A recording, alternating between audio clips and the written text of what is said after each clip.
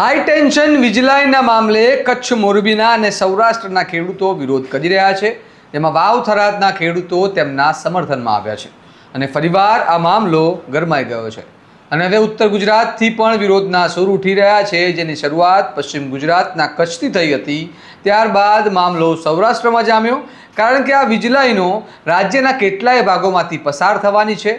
ત્યારે વાવ થરાદના કિસાન કોંગ્રેસ પણ મુખ્યમંત્રીને પત્ર લખીને ખેડૂતોને ન્યાય મળે તેની માંગણી કરી છે અને ચીમકી ઉચ્ચારી છે કે જો 15 થી 20 દિવસમાં ખેડૂતોને ન્યાય નહીં મળે તો ઉત્તર ગુજરાતથી પણ વિરોધ પ્રદર્શનો શરૂ કરાશે।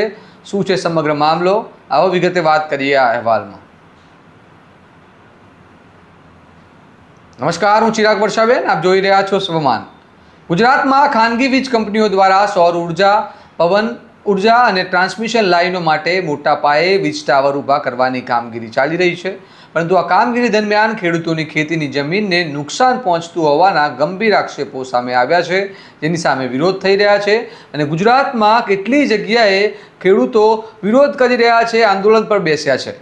હવે વાવ થરાદના ખેડૂતો અને કિસાન કોંગ્રેસના આગેવાન કેપી ગઢવીએ મુખ્યમંત્રી ભૂપેન્દ્ર પટેલને આવેદનપત્ર પાઠવીને ખેડૂતો માટે નવી અને ન્યાયસંગત વળતરની નીતિ અમલમાં મૂકવાની માંગ કરી છે। આવેદનમાં જણાવાયું છે કે હાલ અમલમાં રહેલી નીતિઓમાં અનેક વિસંગતતાઓ છે, જેના કારણે રાજ્યભરના અસરગ્રસ્ત ખેડૂતોમાં ભારે અસંતોષ ફેલાયો છે। ખેડૂતોએ માંગ કરી છે કે જ્યાં સુધી નવી નીતિ અમલમાં ન આવે ત્યાં સુધી ખેડૂતોને બજાર કિંમત અથવા વાણિજ્ય જંત્રી મુજબ 4 ગણું વળતર ચૂકવવામાં આવે। જો તે શક્ય ન હોય તો વીજ થાંભલા અને વીજ લાઇન હેઠળ આવતી જમીન માટે દર મહિને 50,000 ભાડું ચૂકવવામાં આવે અથવા પ્રતિ વીજ થાંભલા દીઠ 2 કરોડનું વળતર આપવામાં આવે। આ ઉપરાંત ખેડૂતોએ સરકાર સમક્ષ કુલ 9 મહત્વપૂર્ણ માંગણીઓ મૂકી છે, જેમાં જમીન સંપાદન કાયદા 2013 મુજબ ROW સંપાદન કરવું, સ્થાનિક સ્વરાજ્યમાં સંસ્થાની મંજૂરી બાદ જ રૂટમેપ નક્કી કરવો, જાહેરનામામાં સર્વે નંબર દર્શાવવો, ખેતીને ઓછું નુકસાન થાય તે રીતે રૂટ નક્કી કરવો અને શક્ય હોય ત્યાં અંડરગ્રાઉન્ડ કેબલ નાખવાની નીતિ બનાવવાની અને અસરગ્રસ્ત ખેડૂતોને લોક સુનાવણી કર્યા બાદ જ મંજૂરી આપવાની માંગનો સમાવેશ કરવામાં આવ્યો છે। ખેડૂત આગેવાનોનો આક્ષેપ છે કે અનેક જગ્યાએ ખેડૂતોની પરવાનગી લીધા વગર ખાનગી કંપનીઓ પોલીસ અને તંત્રના સહારે ઊભા પાક વચ્ચે વીજ થાંભલા ઊભા કરી રહી છે, જેના કારણે ખેડૂતોને લાખો રૂપિયાનું નુકસાન થઈ રહ્યું છે।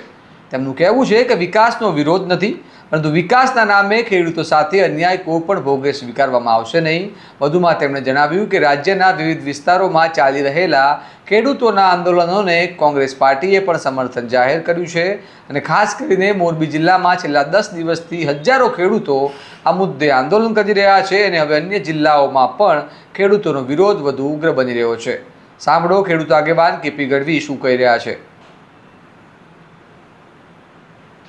આજરોજ વાવ તાલુકા કોંગ્રેસ સમિતિ દ્વારા જે મોટી કંપનીઓ દ્વારા ખેડૂતોના ખેતરોમાં જે થાંભલા રાક્ષસી થાંભલા નાખવામાં આવે છે, જેનું બિલકુલ કોઈ વળતર ઓછું આપવામાં આવે છે અને આડેધડ પોલીસનો અને સરકારી તંત્રનો ઉપયોગ કરી બેફામ રીતે ખેડૂતોના ઊભા પાકને નુકસાન કરી જે રીતે થાંભલા ઊભા કરવામાં આવે છે, એના આખા ગુજરાતની અંદર જે આંદોલન ખેડૂતોનું ચાલી રહ્યું છે એ ખેડૂતોના આંદોલનમાં કોંગ્રેસ પાર્ટીએ એને સમર્થન આપ્યું છે।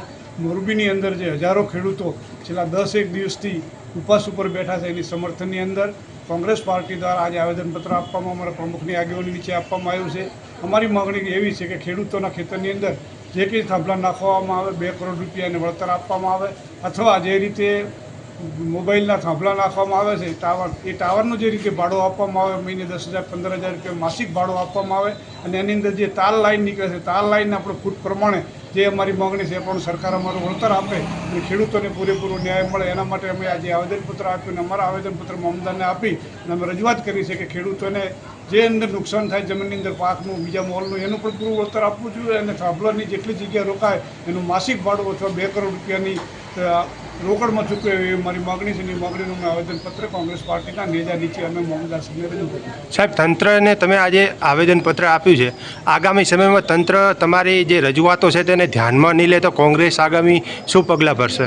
તંત્ર દ્વારા જો અમે જે આવેદનપત્ર આપ્યું છે એનો જો 15-20 દિવસ સુધી કોઈ નિકાલ કરવામાં નહીં આવે, અમને સંતોષકારક જવાબ નહીં આપવામાં આવે તો અમે ગામો જ્યાં પણ થાંભલા ઊભા થતા છે કોંગ્રેસ પાર્ટીની આખી સેના ત્યાં જઈને કામ અટકાવવામાં આવશે અને અમુક ખેડૂતોને જાગૃત કરી, લોકોને જાગૃત કરી એક આનો આંદોલન એક મહા આંદોલનના રૂપમાં આપીને ગાંધીનગર જરૂર પડે તો રેલી સ્વરૂપ પણ ખેડૂતોને સમર્થન આપશું અને ખેડૂતોની સાથે અમે હંમેશા પડખે ખેડૂતોને ઉભરીને ખેડૂતોને પૂરેપૂરો ન્યાય મળે અને 24 કલાક એના માટે જે કંઈ કરવું પડે એ કરવા માટે કોંગ્રેસ પાર્ટી અત્યારે તૈયાર છે. હવે ખેડૂતોએ સરકારને સ્પષ્ટ ચેતવણી આપી છે કે જો તેમની માંગણીઓનો તાત્કાલિક સ્વીકાર નહીં કરવામાં આવે તો ગાંધી ચિંધ્યા માર્ગે રાજ્યવ્યાપી આંદોલન શરૂ કરવામાં આવશે. અને હવે સૌથી મોટો પ્રશ્ન એ છે કે ગ્રીન એનર્જીના નામે જો ખેડૂતોની ખેતી અને જીવન જરૂરી જમીનને નુકસાન પહોંચે તો તેની વ્યાજબી વળતર કોણ આપશે? વિકાસ અને ખેડૂતોના હક વચ્ચે સંતુલન કેવી રીતે જળવાશે? અને શું સરકાર ખેડૂતોની માંગ સ્વીકારી નવી વળતર નીતિ લાવશે કે પછી રાજ્યભરમાં વધુ એક મોટું ખેડૂત આંદોલન જોવા મળશે? તમારું આ મામલે શું મંતવ્ય છે અમને કમેન્ટમાં જણાવો. અને આ પ્રકારના વિગતવાર અહેવાલ જો તમને પસંદ હોય તો તમારા સ્વમાનને સબસ્ક્રાઇબ કરવાનું ભૂલતા નહીં. અને અહેવાલ પસંદ આવ્યો હોય તો લાઇક અને શેર કરવાનું પણ ભૂલતા નહીં. નમસ્કાર.